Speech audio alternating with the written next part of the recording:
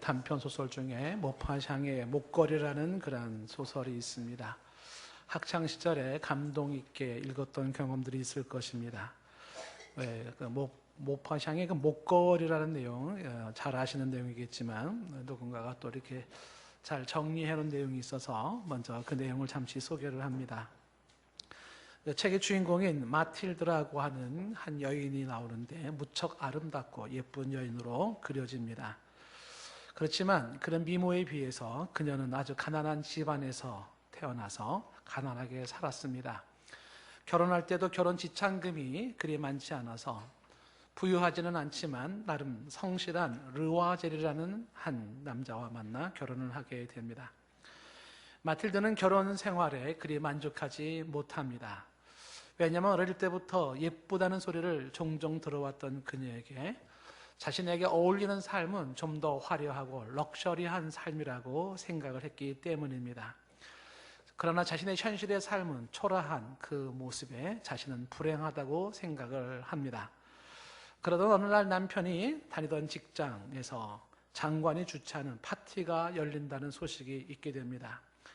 화려한 파티를 꿈꾸고 있는 아내를 위해서 남편이 어렵게 초대장을 얻어냅니다. 아내에게 이 초대장을 가지고 가면 아내가 무척 기뻐할 거라고 생각했던 남편이었는데 초대장을 보는 이 아내가 한숨을 쉬면서 눈물을 보입니다. 그 이유는 파티가 있는데 입고 갈 옷이 없다는 것입니다. 그래서 집에 있는 모든 비상금을 다 걷어들어서 그 아내를 위해서 예쁜 원피스 하나를 사게 됩니다. 이제 의상도 준비되었으니 이제 아내는 굉장히 기뻐할 거라고 생각을 했습니다. 며칠 뒤 아내는 파티에 참석하지 않겠다고 또 울상을 짓습니다. 이유는 옷만 있으면 뭐하냐는 거죠. 거기에 오는 사람들은 온갖 장신구와 보석으로 치장을 할 텐데 이 옷만 입고 가서 뭐하냐는 거죠. 거지 같은 행색으로 파티에 참석하느니 차라리 가지 않겠다고 아내가 말을 합니다. 그 얘기를 들은 남편은 어려운 형편에 우리 형편에 무슨 보석을 살 수가 있는가, 하루 가는 거니까 그 보석은 한번 친구한테 빌리면 안 되겠나 라고 이야기를 하게 되고 결국 이 여주인공 마틸드는 친구를 찾아가서 아주 값비싼 진주 목걸이를 하나 빌리게 됩니다. 새로 산 원피스에 친구가 빌려준 그러한 진주 목걸이를 차고 파티에 참석하니 아니나 다를까 수많은 사람들의 시선이 이 마틸드를 향하기 시작합니다. 사람들의 시선을 받으면서 흐뭇하고 좋아했던 정신없는 파티가 끝나고 자정이 되어 이제 모두가 집으로 돌아가는 시간이 되었습니다. 남들은 예약해 놓았던 마차를 타고 다 돌아가는데 남편 르와젤과 이 마틸드는 타고 갈 마차가 없어서 걸어서 이제 집으로 가야 합니다. 한참을 걷다가 시내에 조그만 마차를 하나 만나서 겨우 밤늦게 집으로 돌아옵니다. 집에 돌아온 이 부부는 아하, 큰일 났네. 진주 목걸이가 없어진 겁니다. 자신들의 월급으로는 도저히 그것을 감당할 수 없는 비싼 진주 목걸이인데 부부의 얼굴이 하얗게 질려버립니다. 왔던 길을 되돌아가고 여기저기 살펴보지만 없어진 목걸이는 찾아지지 않습니다. 결국 이 부부는 친구에게 빌린 것과 똑같은 그런 목걸이를 하나 사서 다시 건네주게 됩니다. 유산 상속으로 받은 돈 일부와 나머지는 평생 갚을 거를 염두에 두고 대출을 받아가지고 진주 목걸이를 사서 친구에게 돌려준 것입니다. 결국 부부는 이 일 이후로 매달 내야 되는 대출금과 이자 때문에 그들의 삶은 더욱 가난해질 수밖에 없었습니다. 하고 싶은 모든 것들을 포기하고 남편은 퇴근 후에 또 다른 직업을 하나 더 가져야 할 만큼 힘들었었고 부인은 집안일을 손수하며 반찬값을 아끼고 살림을 아끼면서 그리고서 돈을 모아야만 했습니다. 자신을 돌볼 겨루는 조금도 여유가 없었습니다. 그런 사이에 세월은 흘러 이 여인은 거칠어지고 주름이 쭈글쭈글해져가는 모습으로 변해갑니다. 부부가 밤낮 일하면서 그렇게 노력한 결과 10년이 지난 후에 대출금을 다 갚을 수가 있게 되었습니다. 그러던 어느 날 우연히 길을 가다가 이 친구가 바로 진주 목걸이를 빌려줬던 그 친구를 만나게 됩니다. 이 주인공 마틸드는 할머니처럼 이미 거칠어진 그 모습으로 지나가는데 목걸이를 빌려준 친구는 처음에 못 알아봤습니다. 그런데 이 마틸드는 알아봤죠. 한참을 망설이다가 친구에게 갔습니다. 그 친구가 깜짝 놀랐죠. 아니 어떻게 된 거냐? 왜 모습이 얼굴이 왜 이 모양이냐? 라고 이제 이야기를 하게 되는 것입니다. 마틸드의 변해진 모습에 그렇게 놀랬던 이 친구에게 이 마틸드는 자초지종을 얘기합니다. 사실은 10년 전에 너한테 진주 목걸이를 하나 빌렸던 것, 그 사건에 관련된 이야기를 하면서 돈이 없어서 그거를 대출을 받아서 이렇게 갚느냐고 온 지금 가족이 이렇게 고생했던 사연을 쭉 얘기를 합니다. 죽을 고생을 했던 자신의 그 이야기, 진주 목걸이 하나 때문에 너무 힘들었던 삶을 이야기할 때 그 목걸이를 빌렸던 친구가 또 한 번 놀라는 거죠. 그 목걸이 가짜였는데 라는 것입니다. 얘기는 여기서 끝나게 됩니다. 가짜 목걸이 하나에 이 한 여인이 인생이, 황금 같은 인생이 그렇게 다 흘러가 버린 것입니다. 인생의 진짜는 뭐고 인생의 가짜는 뭐냐, 뭐 이런 시사점도 주기도 하고, 이 소설을 읽는 사람들마다 다 생각이 뭐 법적으로 혹은 뭐 여러 가지 관점에서 해석이 구구합니다만은, 많은 사람들이 사치가 허영을 낳게 되고 그 허영이 내실을 잃게 된다, 이런 얘기를 합니다. 사람들 속에는 소위 외형주의라고 하는 외모를 꾸미기를 좋아하는 모습이 있습니다. 그 외모에 치중하면서, 그것이 결코 나쁜 건 아닙니다만은 거기에 치중하면서 정작 내면을 잃어버리고 진짜 중요한 걸 잃어버린다라고 하는 것입니다. 사람들 앞에 보여지는 내 모습, 화려한 모습, 외모 지상주의로 나아갈 때 거기에는 끝없는 욕망이 자기를 충족시키지 못하고 불만족은 결국은 허무주의 인생으로 빠지게 된다는 것입니다. 글을 쓴 사람은 이렇게 마지막 이렇게 토를 달았습니다. 인생에 무엇이 진짜이고 무엇이 가짜인지 우리가 인지하고 살았으면 좋겠다라고 이야기를 합니다. 어떤 인생이 진짜이고 어떤 인생이 가짜라고 할 수 있을까? 여기 계신 여러분에게 한번 질문을 던져보고 싶습니다. 여러분들은 어떤 삶을 살고 싶습니까? 내가 바라고 소원하는 삶이 있지 않습니까? 그 삶은 어떤 삶입니까? 어떻게 살아가는 삶을 원하십니까? 어떤 인생이 좋은 인생입니까? 이 질문과 함께 저는 분명하게 이 시간 우리가 말씀드릴 수 있는 것이 있습니다. 사람이 보기에는 화려해 보이지만 실상은 부끄러운 인생이 있다는 겁니다. 혹은 사람이 보기에는 초라해 보이지만 실상은 아주 자랑스러운 그런 삶이 있다는 것입니다. 외관상 보기에는 좋아 보이지만 그 실제 인생 내면을 들어보면 추한 인생이 있고, 외관상 보기에는 아주 나빠 보이지만 그러나 그의 이면에 진짜 실체의 삶은 아주 좋은 인생도 있습니다. 행복해 보이지만 불행한 인생이 있고, 불행해 보이지만 행복한 인생이 있습니다. 여러분들은 어떤 인생을 원하십니까? 보기에 화려한 인생을 원하십니까? 아니면 보기엔 화려하진 않더라도 내실이 있는 진짜 좋은 인생을 살기를 원하십니까? 오늘 이 부분을 함께 우리가 삶의 차이라는 제목으로 같이 생각을 해보려고 하는 것입니다. 오늘 말씀에는 주목해 볼 만한 인물 2명이 등장을 하게 됩니다. 13절 말씀에 나와 있는데요, 거기에 아그리빠 왕과 버니게라는 사람이 나와 있습니다. 이 아그리빠와 버니게가 베스도라고 하는 이 총독이 문안하러 가이사랴에 왔다고 이야기를 합니다. 여러분이 얼핏 봤을 때 언급되거니 아그리빠와 버니게, 아그리빠 왕과 이 버니게는 어떤 사이일 것 같습니까? 아마 성경적인 공부를 안 하신 분들은 감을 못 잡을 겁니다. 어떤 사이? 친구 사이? 부부 사이? 등등 여러 가지 추측이 가능하겠죠. 아그리빠와 이 버니게는 오누이 사이입니다. 오빠와 여동생의 사이입니다. 먼저 이 사람들의 삶을 주목하는 것은 이 사람들의 삶이 보여주고 있는 겉의 화려함과 속의 추함을 주목해 보고 싶기 때문인데요, 이 아그리빠와 버니게에 얽힌 가정사 이야기를 잠시 여러분에게 좀 소개를 하려고 합니다. 성경에는 이 집안에 관련된 이야기가 여러 군데서 등장하는 것을 보게 됩니다. 먼저 이 아그리빠는 정확하게 말하면 아그리빠 2세를 말하는 건데, 이 아그리빠와 버니게, 이 오누이의 증조 할아버지는 헤롯 대왕입니다. 마태복음 1장에 예수님이 탄생했을 때 유대의 한 왕이 태어났다는 소식을 듣고 흥분하여서 2살 아이의 어린이들을 다 죽이게 했던 대량 살상 사건의 주범이었던 헤롯 대왕이 증조 할아버지입니다. 이 헤롯 왕에게는, 헤롯 대왕에게는, 증조 할아버지 헤롯 대왕에게는 5명의 부인이 있었는데 그 중에 두 번째 부인이 바로 미리암네라고 하는 미리암네 1세라는 여인입니다. 그의 휘하에서 태어난 아들이 아리스토블루스입니다. 이 아리스토블루스라는 사람은 우리가 그렇게 많이 알려져 있는 인물은 아닌데, 이 아리스토블루스와 얽힌 그 가정사 이야기가 성경 곳곳에는 아주 복잡하게 나와 있습니다. 헤롯 대왕의 그 아들인 아리스토블루스, 그 다음에 태어난 아들, 다시 말하면 헤롯 왕의 손자가 헤롯 아그리빠 1세로서 사도행전 12장에 나온 인물입니다.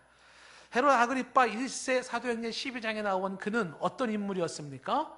그는 사도들을 죽이되, 크리스찬들을 죽이되, 특히 예수님의 제자였던 야고보를 죽인 왕이었고, 스스로가 하나님처럼 행동을 하며 하나님의 영광을 가로챘다가 벌레가 먹어서 죽은 사람이 헤롯 아그리빠 1세입니다. 그 헤롯 아그리빠 1세의 아들이 지금 등장하고 있는 아그리빠 왕, 바로 아그리빠 2세인 것입니다. 그래서 할아버지가 그렇게 폭력을 행하여 수많은 아이들을 죽게 했고, 그리고 이제 그의 증조 할아버지 그랬고, 할아버지에 얽힌 가정사 얘기는 제가 좀 이따 좀 더 언급을 하겠지만 복잡한 아주 문란한 가정의 스토리가 있고, 그 다음에 자신의 아버지는 바로 야고보를 죽이고 벌레 먹어 죽었던 바로 그 아들, 그의 아들인 아그리빠 2세가 지금 베스도를 찾아오게 된 것입니다. 정확하게 말하면 이 사람의 이름은 말커스 율리어스 아그리빠 2세라 일컬어지는데, 태어난 해가 27년생입니다. 27년생, 1927년생이 아니고요, 그냥 27년생, 앞에 아무것도 없는 27년생에 유년기를 로마 궁중에서 컸습니다. 그의 나이 17세, AD 44년 되던 해에 그의 아버지는 벌레 먹어 죽게 됐고, 그때 이 헤롯 아그리빠 2세는 그는 로마에 있었습니다. 그의 나이 28세가 되었을 때 AD 55년에 네로 황제에 의해서 그는 갈릴리와 그리고 베레아 및 14개의 부락을 통치하는 왕으로서 들어오기 시작합니다. 그가 AD 100년에 죽기까지 그에게는 후계자가 없어서 헤롯 왕가의 마지막 왕이라고 일컬어지는 게 지금 나와 있는 아그리빠 왕, 즉 2세를 일컫는 말입니다. 이쪽 집안의 특징들이 하나가 있지만은 이 아그리빠 2세도 마찬가지입니다. 오늘 지금 베스도를 문안하러 온 것도 어떤 취지에서 온 거냐면, 이들 집안의 특징은 친로마적 경향이 있습니다. 당시에 로마가 전 세계를 지배하고 있는 상황에서 친로마라면 로마랑 친하게 지내는 거예요. 우리가 보통 친박 뭐 이런 얘기 많이 나오잖아요. 그러니까 이렇게 친로마로 지내면서, 바꿔 얘기하면 권력에 밀착하여서 한 자리를 지키려는 기회주의자로 평가를 받는 겁니다. 그래서 로마 정부로부터 이제 총독이 새로 부임했다는 베스도의 이야기를 듣고 지금 이 아그리빠 왕이 지금 자기 여동생과 함께 찾아온 겁니다. 찾아와서 지금 이런 친로마적인 자기의 성향을 보여주면서 축하 잔치에 참여를 하고 있는 것입니다. 자, 그런데 지금 이 아그리빠가 하필이면 그의 동생 버니게가 옵니다. 1살 차이인데 이 버니게와 함께 베스도에게 찾아왔다는 겁니다. 그럼 이 버니게는 어떤 여인인가? 그 여인을 잠시 소개를 하자 그러면, 좀 전에 얘기한 것처럼 헤롯 아그리빠 1세의 맏딸입니다. 그리고 이제 그의 여동생이 하나가 있는데, 그 여동생이 여러분이 기억나시나요? 드루실라. 드루실라. 누구지? 드루실라? 바로 벨릭스의 아내 드루실라입니다. 그래서 지난번 제가 드루실라 얘기할 때 드루실라가 절세 미인이어서 언니한테 막 구박받았다는 얘기 했잖아요. 그 언니가 바로 지금 나와 있는 버니게예요. 자, 그렇게 해서 지금 이 여동생이 바로 오빠랑 같이 지금 베스도를 찾아온 겁니다. 버니게는 28년생입니다. 그리고 그의 동생 드루실라는 33년생입니다. 자, 이 버니게의 결혼 생활이 굉장히 파란만장했었는데 철학자 필로의 조카였던 마르크스와 약혼을 하고 깨져서 결혼에 실패를 경험합니다. 그리고 그의 나이 20살 되던 해 48년 되에 삼촌 칼키스와 결혼해요. 삼촌이랑.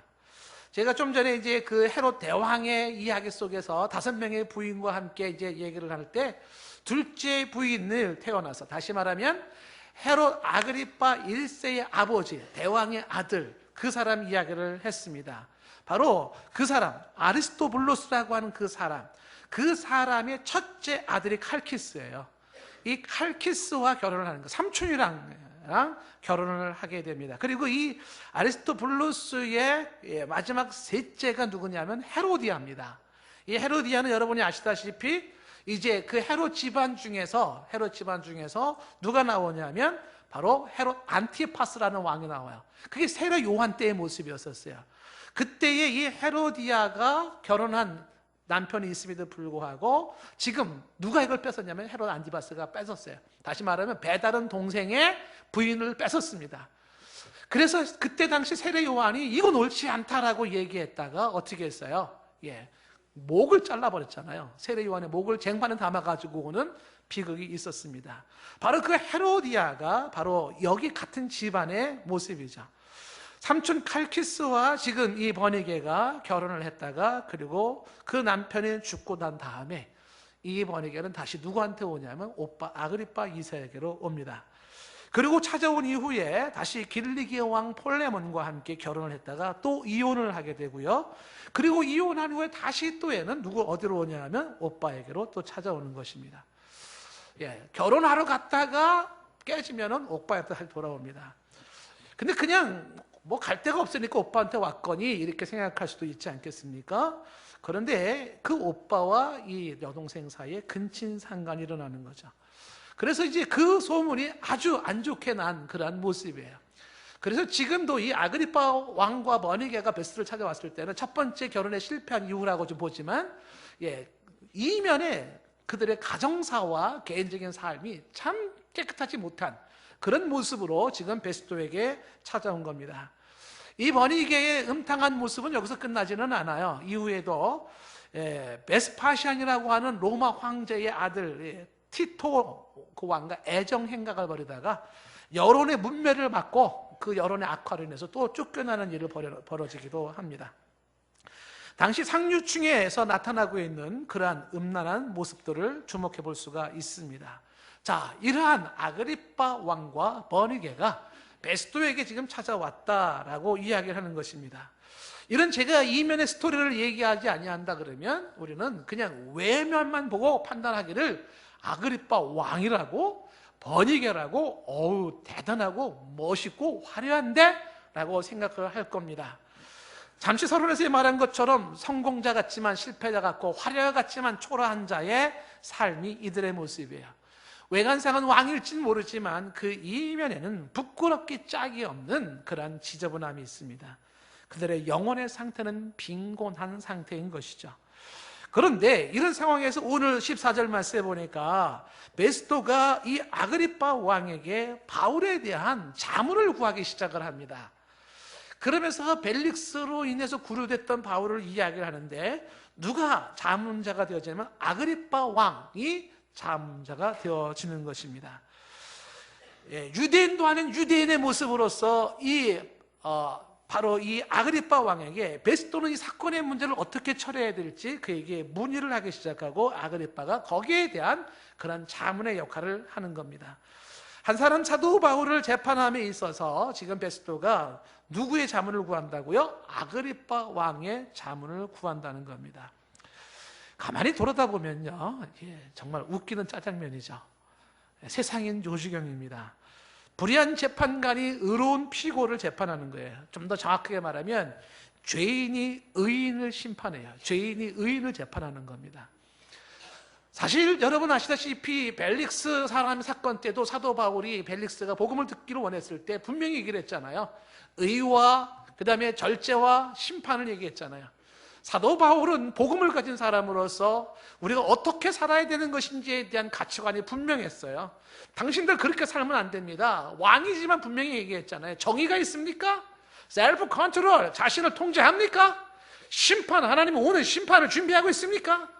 이게 사도 바울의 삶의 모습이에요. 그래서 사도 바울은 양심에 부끄럽지 않기를 원했어요. 그렇게 살았던 사람입니다. 그런데 지금 등장하고 있는 사람들은, 이 왕들, 아그리파 왕을 비롯한 사람들은, 그 사람들은 정인이 혹은 절제니 오는 심판이니 이런 데 관심이 없습니다. 그냥 외모의 화려함으로 자신을 꾸미고 왕권을 가지고만 있으면 되는 사람입니다. 진정한 죄인은 누구냐면 그들의 죄인이에요. 진정한 의인은 바울이 의인입니다. 그런데 누가 누구를 지금 자문하고 누가 누구를 심판하고 있냐면 죄인이 의인을 심판하고 있는 실정인 것입니다. 그래서 웃기는 세상이다, 이런 말을 드리는 거죠. 이 바울에 대한 자문을 구하면서 14절 말씀에 이 베스토가 하는 이야기가 전임자 벨릭스 얘기를 합니다. 자기 앞에 있는 벨릭스 총독이 한 사람을 구류에 두었다라고 이야기를 합니다. 이 이야기는 우리가 지난 시간에도 말씀을 드렸죠. 사도행전 24장 27절 말씀에 나와 있는 이야기 아닙니까? 거기 무슨 얘기가 나왔어요? 그 부분에 보면 이 벨릭스가 왜 바울을 구류에 두었어요? 유대인의 마음을 얻고자 하여 했습니다. 이 벨릭스가 사도 바울을 죄인 아닌 사람을 죄인으로 2년 동안 묶어두었던 것은, 구류한 것은 유대인의 마음을 얻고자 하여였습니다. 사람의 마음을 얻는 게 중요했던 벨릭스예요. 정의가 중요하지 않아요. 사람들의 비유 맞추고 사람들의 시선이 중요했었던, 그래서 자기 자리를 지키는 게 중요했었던 이 벨릭스가 그렇게 묶어두었던 이 바울을 지금 그 뒤를 이은 베스토가 그 사건을 맡게 되었다는 것입니다. 사도 바울의 입장에서는 인간적으로 억울하고 그리고 답답한 현실입니다. 사람들, 민중들의 비유를 맞추기 위해서 자기를 그렇게 죄인으로 억류한다는 것은 답답한 일입니다. 물론 이것까지도 활용해서 선을 이루시는 하나님을 우리는 지난주에 말씀을 통해서 보았습니다마는, 이제 바울은 그렇게 구류된 사람인 것을, 벨릭스에서 구류된 사람인 것을 베스토가 말을 하고 있는 것입니다. 계속해서 이 베스토가 이 얘기를 합니다. 어떤 얘기를 합니까? 이 아그리파 왕에게 15절 말씀에 이렇게 얘기를 하죠. 내가 예루살렘에 있을 때, 즉 베스토 총독이 예루살렘에 갔을 때를 말합니다. 유대인의 대제사장들과 장로들이 그를 고소하여 바울을 고소하면서 정죄하기를 청했다라고 이야기를 전합니다. 몰랐던 사실이 하나 나왔어요. 그게 뭐냐면 고소하여 정죄하기를 청했던 그들 모습을 이야기하고 있습니다. 고소하여 정죄하기를 청했다는 것에 중간에 뭐가 빠졌냐면 재판하는 게 빠져 있는 거예요. 재판 없이 그냥 바울을 유죄 처리해달라고 청구했다는 것입니다. 법으로 유명한 로마 정부에 있어서 재판도 없이 한 사람을 유죄 처리한다? 베스토는 그것이 이해할 수가 없었던 것입니다. 사람들은 이렇게까지 사도 바울을 재판 통하지 않고도 그를 정죄하여 유죄 처리하여서 그를 죽이기를 원했습니다. 사도 바울을 향한 앙심이 대단한 것입니다.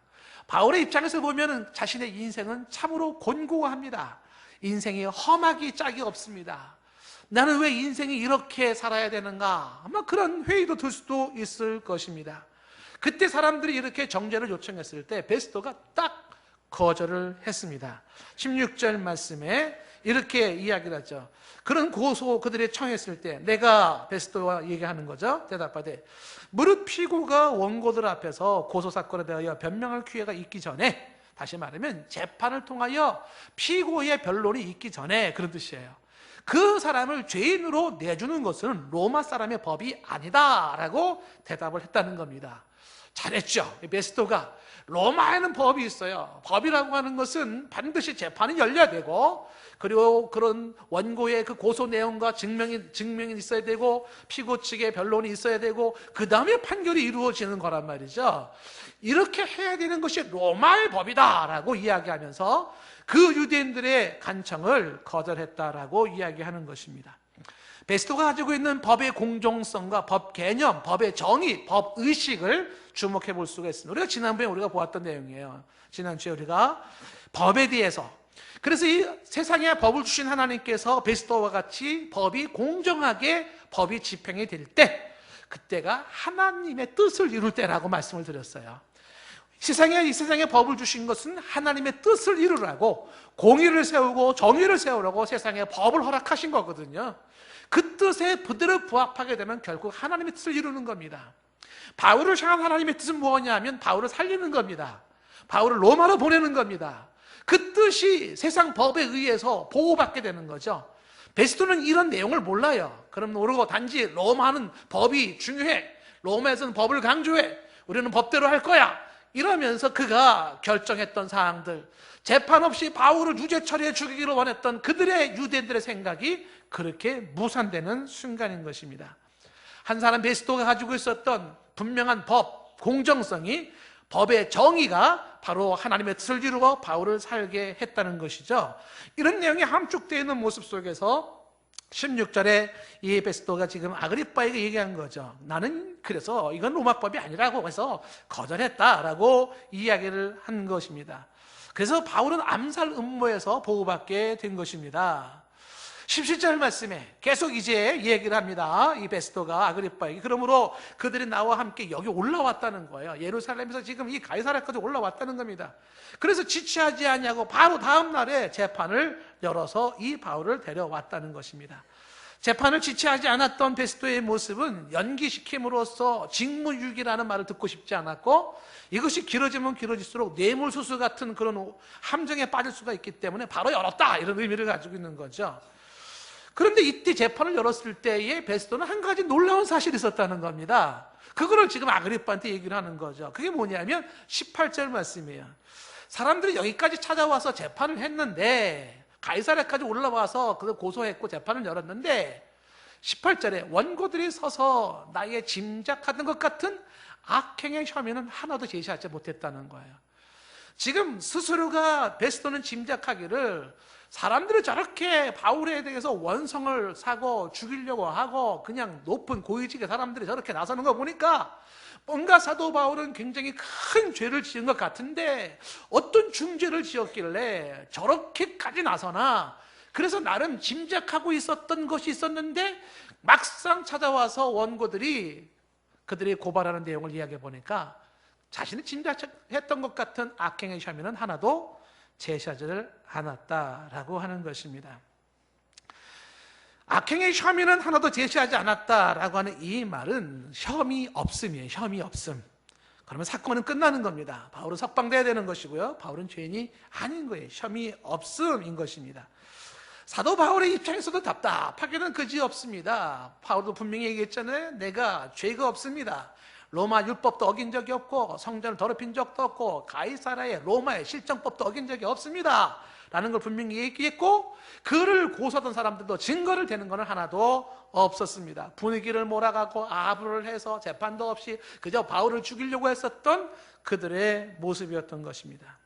베스토는 이런 근거도 없는 것 가지고 한 사람을 이렇게 오랫동안 붙잡고 이 유대라고 하는 한 나라가 이렇게 들썩들썩거릴 만큼 이게 이렇게 중요한 사건인가 의아했습니다. 그러면서 여기 한 가지 사건이 있다는 것을 베스토는 지적을 합니다. 그게 뭐냐면 19절 말씀이에요. 사회적인 법으로는 이제 하자는 없지만, 그런데 19절에 보면 오직 자기들의 종교 또는 예수를 하는 그가 죽은 것을 살았다고 말하는 바울의 주장, 이거 하나 외에는 다른 게 없다는 거예요. 그래서 이 이야기 속에서 이 베스토가 이야기할 때 뭐라고 얘기를 하냐면 오직 자기들의 종교 문제예요. 자기들의 종교 문제인데, 이 종교라는 단어가 같은 단어가 뭐냐면 미신입니다. 미신. 다시 말하면 지금 미신 문제 가지고서 지금 이렇게 이 유대 나라가 지금 들썩들썩거리고 막 그냥 그 국회의원 같은 사람들, 사내들인 공회다가 등장하고 막 사람들이 막 고소하고 고발하고 죽여야 된다고 그러고 막 이랬다는 거예요. 미신 문제 가지고. 그 아무것도 아닌 그런 미신의 문제 가지고, 다른 말로 예수를 하는 이가 죽었는데 살았다라는 주장 하나 가지고 이렇게까지 떠들어댄다는 것이 이해하기가 힘들다라고 하는 것입니다.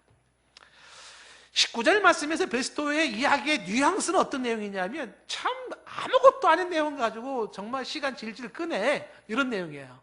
별로 뭐 큰 의미도 없는 것 가지고 이 사람을 뭐 죽이니 뭐 어쩌니 막 이러는 게 이해가 안 된다는 겁니다. 그런데 이것은 사도 바울의 입장에서는 너무 중요한 이야기였었죠. 사도 바울의 삶에는 누가 계셨냐면 부활하신 예수님이 계셨어요. 다시 말하면 사도 바울에게는 십자가에 죽으신 예수님이 살아 계셨어요. 죽어있는 예수가 아니라 살아있는 예수님을 사도 바울은 자신의 삶에, 자신의 마음에, 자신의 영혼 속에 그 예수님이 계셨어요. 바로 이 사건이 지금 사도 바울의 지금의 삶을 만들어 놓은 거예요. 사람들이 바라봤을 때는 관심도 없고 중요하지도 않은 일개 한 종교의 미신 덩어리 같은 이야기에 불과할지 모르지만 사도 바울은 사회적으로는 하자가 없어요. 법적으로는 하자가 없습니다. 양심에 따라 부끄럽지 않았어요. 마땅히 합법적으로 자신의 죄가 판결된다면 사형 언도당하는 것도 그는 기꺼이 피하지 않겠다고 말했던 사람이에요. 그런 사도 바울의 오늘의 이 초라한 삶, 이렇게 사람들로부터 죄인 취급받고 무시당하는 그의 삶의 그 이면에는 결정적으로 뭐가 있었냐면 예수 그리스도의 부활이 그에게는 있었다는 것입니다.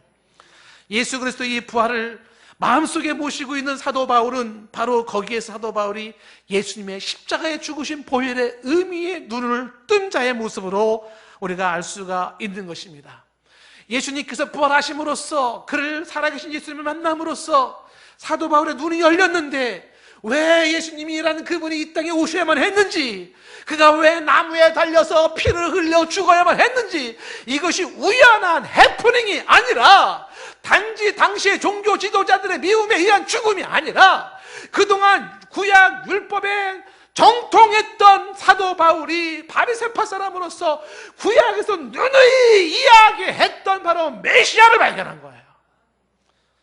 예수님의 십자가 사건을 통하여서 구약에서 말하고 있었던 대속의 죽음, 예수의 보혈의 의미를 찾은 것입니다. 예수님이 흘리신 피는 그냥 흘린 피가 아니라 출애굽 당시에 문설주에 발라졌던 어린 양의 피예요. 그 피가 발라져 있을 때 하나님께서 친히 저주를 내리시고 심판을 내릴 때 그 피가 발라진 집은 그 저주와 심판이 패스오버 넘어갔어요. 거기서 보여주는 게 무엇이겠어요? 모든 인류에게 주어지는, 모든 인간에게 주어지는 당신의 부패한 타락한 그 죄악의 모습 속에 하나님의 심판과 저주가 주어지는데, 예수의 피가 발라진 그 사람은 그 하나님의 심판과 저주가 패스오버 넘어간다는 사실이에요. 나 같은 죄인을 향하여서 그 죄의 사슬에 묶여서 그 죄의 저주의 백성으로, 지옥의 백성으로, 심판의 백성으로 그렇게 살고 있는 곤고한 내 인생 속에 사도 바울은 하나님의 영원한 구속사역인 예수의 피, 보혈 사건에 눈이 열렸던 거예요. 그동안 수도 없이 들었던 이야기에 불과했지만 그것이 하나의 이론이 아니고 크리스찬들이라 하는 소리가 아니라 그게 나를 위한 사건으로 그의 인생에 부딪혔던 거예요.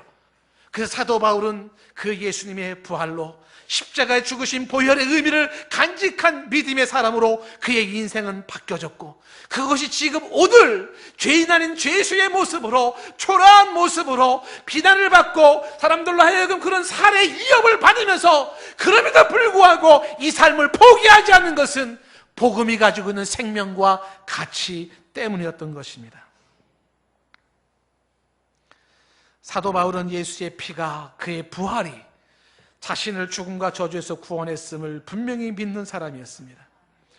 그 누구보다도 사도 바울은 이 지금 베스토가 이야기하는 미신 덩어리로 얘기하고 있는 그 종교 기독교, 예수라 하느니 어쩌고 저쩌고 하는 그 예수쟁이, 나사렛 땅, 이단, 괴수, 수많은 이야기들, 이 모든 것들 속에 바울은 내가 만난 예수님이 분명하기에, 내가 만난 그 예수님의 눈을 뜬 바울이었기 때문에 그는 이것이 사실이고 이 믿음이 생명이고 이 믿음이 능력이에요.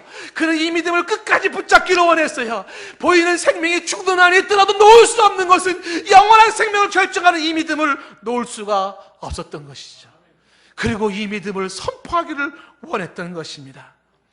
부활의 예수님을 만난 사람은 이 믿음 하나로 세상의 초라함을 마다하지 않죠. 세상의 그런 어려움을 불사하고 그러면서 그 믿음 안에서 주가 주신 새 생명의 영광과 새 생명의 감동과 새 생명의 자유와 새 생명의 기쁨 속에 살아가지요. 사람들이 봤을 때 외관상으로는 진주 목걸이를 하고 있지는 않아요. 왕관을 쓰고 있지는 않아요. 화려함은 없어요. 돈도 없고 백도 없고 아무것도 없어 보여요. 그러나 그 안에 그 예수님이 주시는 생명의 자유가, 그 생명의 기쁨이, 생명의 영광스러움이 그 무엇도 비교할 수 없는 그의 삶을 살게 하는 것이었다는 겁니다. 바울의 그 모습 앞에 베스도는 아직도 바울이 만났던 그 예수님을 만나지는 못했어요. 물론 여기 나와 있는 지금 사람들도 다 그것을 만나지는 못한 것은 똑같습니다만은 이 베스도가 20절 말씀에 이런 갈등을 이야기를 합니다. 내가 이 일에 대하여서 어떻게 신문할지 몰라서 바울에게 물었다는 거죠. 어떻게 심리해야 될지 몰라서 예루살렘 올라가서 일에 신문을 받으려느냐라고 물었다는 것입니다. 어떻게 신문할지를 몰랐어요. 그건 무슨 얘기겠습니까? 사도 바울은 아무리 쳐다보고 아무리 법을 뒤져봐도 무죄를 선언해야 하는데 주변의 사람들이 막 흥분하고 떠들고 있는 유대인들을 보니까 그들을 생각하면 또 유죄를 내려줘야 할 것만 같은 상황 속에서 갈등하는 것이죠. 그리고 이 바울이 로마의 시민권자라고 하면서 가이사라 황제에게 가기를 원하고 있으니 법적으로는 분명히 그것을 보장을 해줘야 되는데 황제한테 무슨 면목으로 보내야 되나? 그 부분이 만만치가 않습니다. 갈등하고 있는 거예요. 베스도가 지금 어떻게 심리할지 몰라서라고 갈등하는 것은 다분히 세상 정치적인 갈등에 불과합니다. 법적인 정의에 설 것인가 아니면 지금 민심의 사람들 편에 설 것인가, 바로 이 사이에서 갈등하고 있는 것입니다. 본인도 정작 법을 중시하는 사람이라고 해서 법대로 지금 사도 바울을 보호했지만 그의 마음이 흔들리는 게 뭐냐면 정치적인 문제입니다. 지금 여기에서 어떻게 해야 될 것인가 하는 그 갈등을 겪고 있습니다. 진짜 베스도에게 중요한 갈등해야 될 것은 뭐라고 생각합니까? 자신의 영혼으로 갈등해야 돼요. 지금 사람들 앞에서 정치적인 문제를 갈등할 문제가 아니에요. 내 영혼 문제를 가지고 갈등해야 되는 것이죠. 내 영혼의 상태는 어떠한가? 이것이 갈등의 문제죠. 내 영혼의 구원은 어떻게 이루어지는가? 저 예수는 미신 덩어리에 불과한 건가? 저 사도 바울은 바보 같은 미신에 빠져가 저러는 건가? 고민해야 돼요. 나중에 이 베스도가 우리가 다음에 보면 알겠지만은요, 바울을 향해서 이렇게 얘기를 합니다. 바울아, 네 학문에 너는 미치가였다, 그런 얘기를 해요. 이 베스도는 압니다. 바울이 이 소크라테스의 철학자, 그리스 철학의 대를 이어나가는 훌륭한 대철학자라는 거 알아요. 대단히 공부를 많이 한 사람이야. 학문이 너를 미치게 했다고 말하래. 그러나 왜 사도 바울이 만난 예수님을 그는 만나지 못했어요? 부활하신 예수님을 만나지 못했고 예수 십자가 사건이 내 사건이 되지 못했어요. 그것이 베스도의 한계인 것이죠. 정치적인 문제로는 갈등했지만 영혼 문제로는 갈등하지를 못했어요. 이런 상태에서 지금 이 베스도가 계속 아그리빠에게 설명을 합니다. 21절에 바울은 황제의 판결을 받기를 원하며 자기를 지켜주기를 호소했다, 상소했다는 것이죠. 그래서 지켰다는 겁니다. 이런 얘기를 듣고 있다가 아그리빠가 이렇게 반응을 보입니다. 22절에 아그리빠가 베스도에게 말하죠. 나도 이 사람의 말을 듣고 싶다라고 말을 합니다. 듣고 싶다. 그러니까 베스도가 말합니다. 내일 들으리다 라고 말해요. 아그리빠가 듣고 싶다라는 것은 관심을 보이는 거죠. 왜 관심을 보였을까요? 저 지금 바울에 대한 이야기를 쭉 듣다 보니까는 뭔가 증조 할아버지부터 아버지 자신의 모습이 쫙 연결이 떠올랐어요. 증조 할아버지 헤롯 대왕이 예수가 태어났다는 소식을 듣고 두 살의 어린아이들을 죽였던 사건, 예수님과 관련된 사건이잖아요. 자신의 삼촌 헤롯 안디바스가 헤로디아 부인을 뺏었어요. 예? 남의 부인 형제 배를 그걸 뺏은 사건으로 세례 요한의 목을 쳤잖아요. 그 세례 요한이라는 사람이 누구냐 하면 예수를 증거한 사람이거든요. 그리고 또 자신의 아버지도 예수님의 제자 야고보를 죽였어요. 그리고서 그 아버지가 하나님 노릇하다가 벌레 먹어 죽었어요. 모두가 다 예수라는 사람과 관련된 이야기예요. 지금 저 바울이라고 하는 사람을 지금 베스도가 이야기하는데 저 바울도 예수랑 뭔가 관련이 있어요. 아그리빠가 말을 하는 거죠. 나도 한번 좀 들어보고 싶다. 저 사람 한번 얘기 들어보고 싶다 라고 이야기를 합니다. 그러니까 베스도가 내일 듣겠다고 이야기를 합니다. 여러분, 이 아그리빠가 지금 듣고 싶어하는 이 관심이 이것이 믿음으로 이어질 수 있다 그러면 너무 좋겠죠. 아하, 이런 영적인 비밀이 있었구나. 아, 인간이 이렇게 추하고 예수의 보혈의 피가 필요한 거였었구나. 그 피를 통하지 않고는 더러운 인간이 하나님의 심판에서 벗어날 수가 없는 거구나. 깨닫고 회개하고 돌아올 수 있으면 얼마나 좋겠습니까? 그런데 아그리빠는 관심을 보였지만 그도 거기서 끝나는 거예요. 단순한 종교적 관심에 불과합니다. 할아버지 때부터 연루되어 있었던 모든 사건들이지만 그러나 그는 단순한 종교적 관심에 그쳤지 구원에 이르는 믿음에는 이르지 못했다는 것이 안타까움입니다. 이제 다음날 23절, 그 다음날 이렇게 됐어요. 다음날 이제 아그리빠가 바울을 만나 얘기를 듣고 싶다고 했을 그때 다음날 아그리빠와 그 여동생 버니게가 크게 위험을 갖추고 등장하기 시작하는데 그 뒤에는 천부장들과 수중에 높은 사람들이 함께 등장을 합니다. 이 말씀에 크게 위험을 감추고라고 하는 이 말이 화려한 행렬을 의미하는 것입니다. 지금 등장하는 이 아그리빠는 화려한 모습으로 등장하기 시작해요. 온갖 보석으로 장식된 왕복을 입고 등장합니다. 당연히 진주 목걸이를 했겠지요. 그리고 호화 찬란한 모습으로 사람들의 이목을 받기 시작하는 거죠. 야, 내 인생에 이런 호황 찬란한 모습을 사람들에게 보여주면서 이목을 받으면서 우쭐대면서 기뻐했겠죠. 자신의 뒤를 따라오는 수많은 천부장들과 수많은 사람들이 대오를 이루고 따라옵니다. 화려한 자신의 모습. 그런데 그의 이면의 개인적인 삶은 어땠다고요? 부도덕으로 부패한 그의 삶이었었다는 것입니다. 아그리빠의 관심은 하나입니다. 세상 사람들이 보는 눈이 중요했고 자신의 외모의 화려함이 중요했어요. 명함의 이력서의 화려한 것이 그게 중요했던 것이죠. 자기 과시가 중요했던 거예요. 나 이런 인간이야, 나 이렇게 대단해, 이게 중요했었어요. 내 영혼에 벌레가 득실득실 거리면서 나를 죽여가고 내가 썩어가고 내가 냄새나는 인간인 것이 중요하지 않았어요. 사람들에게 보여지는 모습이 중요했고 권력을 지니는 게 중요했었어요. 자기 영혼에 썩어가는 모습은 관심이 없었어요. 사람들은 이게 좋다고 생각을 해요. 외모에만 치중하고 과시에 치중하고 있었던 자신의 모습으로 그렇게 등장을 합니다. 예수 소용없어요. 십자가 필요 없어요. 필요 없어요. 그런 데는 관심도 없습니다. 화려한 자기 인생 속에 부도덕함과 더러움으로 가득 차 있는 그런 모습의 추한 모습을 보지는 못해요. 살았다는 이름은 가졌지만 실상은 죽은 자의 모습이에요. 예수님은 이런 자들을 걸어서 회칠한 무덤이라고 말을 했습니다. 무덤에 회를 칠해놨습니다. 여러분, 무덤에다가 진주 목걸이를 걸어놓고 거기다가 보석을 꾸며놓고 무덤에다가 갈라프레게 꾸며놓으면 뭐합니까? 그 무덤 속에는 죽은 시체가 벌러지가 득실거리고 있는데 예수님은 이런 자들을 이런 회칠한 무덤이라고 얘기를 했어요. 사람들은 이렇게 살기가 쉽다는 것이지 않습니까? 뭐예요? 자기의 외모에 진주 목걸이 하나 거는 게 중요한 거예요. 나 이렇게 멋있게 살아가고 있다는 거 보여주는 게 중요한 거예요. 내 속에 썩어서 죽어있는 모습은 관심을 갖지 않아요. 내 내면이, 내 정신세계가, 내 영혼이 더러움 속에 추한 모습으로 전락되고 있는 데는 관심이 없어요. 아버지가 벌레 먹어 죽었던 그의 모습은 자신의 영혼 속에도 벌레가 득실되고 있는 것이죠. 그렇게 곤고한 모습으로 죽어가면서 욕망의 불만족의 허무주의로 빠져가면서도 자신의 그 문제를 보지 못하는 것이 바로 아그리빠의 모습이에요. 그런데 이 아그리빠와 대조적인 사도 바울은 죄수 아닌 죄수의 모습으로선 그 모습은 진주 목걸이를 그는 하고 있지 않아요. 그는 왕처럼 그렇게 화려한 출동을 하지도 아니했고 멋진 왕복도 입지 않았어요.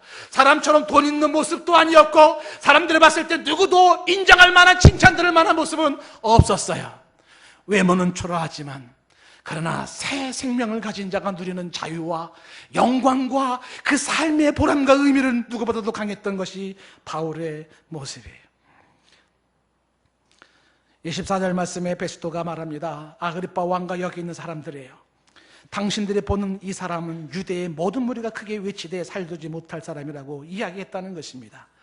모든 사람들이 그렇게 죽일 자라고 얘기했었던 사도 바울은 진짜 살아야 될 사람이었습니다. 25절 말씀에 이에 베스토도 죽일 자를 찾지 못했다고 말합니다.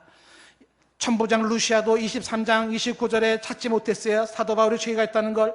벨릭스도 24장에 찾지 못했습니다. 그럼에도 불구하고 죄인 취급하고 있습니다. 자, 오늘 말씀을 저는 이렇게 정리를 좀 내려보고 싶습니다. 여러분, 아그리빠 왕과 그의 여동생 베니게를 특별히 주목하면서, 그리고 시그니 베스도 함께 생각해 볼 수가 있습니다. 그들 앞에 선 바울을 한번 생각해 보십시오. 한쪽은 화려하고 한쪽은 초라해 보입니다. 한쪽은 멋있어 보이고 한쪽은 한없이 그렇게 안 좋아 보입니다. 그런데 분명한 사실은 영광스러운 자 같으나 초라한 자가 있고, 초라한 자 같으나 영광스러운 자가 있습니다. 여러분, 이 아그리빠와 베니게 같은 사람의 삶을 어떻게 생각합니까? 사도 바울의 삶을 어떻게 생각합니까? 분명한 삶의 차이가 있습니다. 그 차이는 예수 그리스도가 만들어준 차이죠. 삶의 가치관이 달라요. 추구하는 멋이 달라요. 삶의 의미를 찾는 게 달라요. 역사적 평가도 달라요. 인생의 보람도 달라요. 삶의 차이, 예수 그리스도의 신앙의 차이죠. 사도 바울은 훗날에 고린도서 6장 8절 이하에 이렇게 고백을 합니다. 6장 8절 끝부분부터 이야기 보면은 사도 바울은 이렇게 얘기해요. 끝부분부터 보면은 우리는 속이는 자 같으나 참되고, 그리고 이어지는 9절 말씀에 무명한 자 같으나 유명한 자요, 죽는 자 같으나 보라 우리가 살아있고, 징계를 받는 자 같으나 죽임을 당하지 아니하고, 이어지는 10절 말씀, 근심하는 자 같으나 항상 기뻐하고, 가난한 자 같으나 많은 사람을 부유하게 하고, 아무것도 없는 자 같으나 모든 것을 가진 자로다.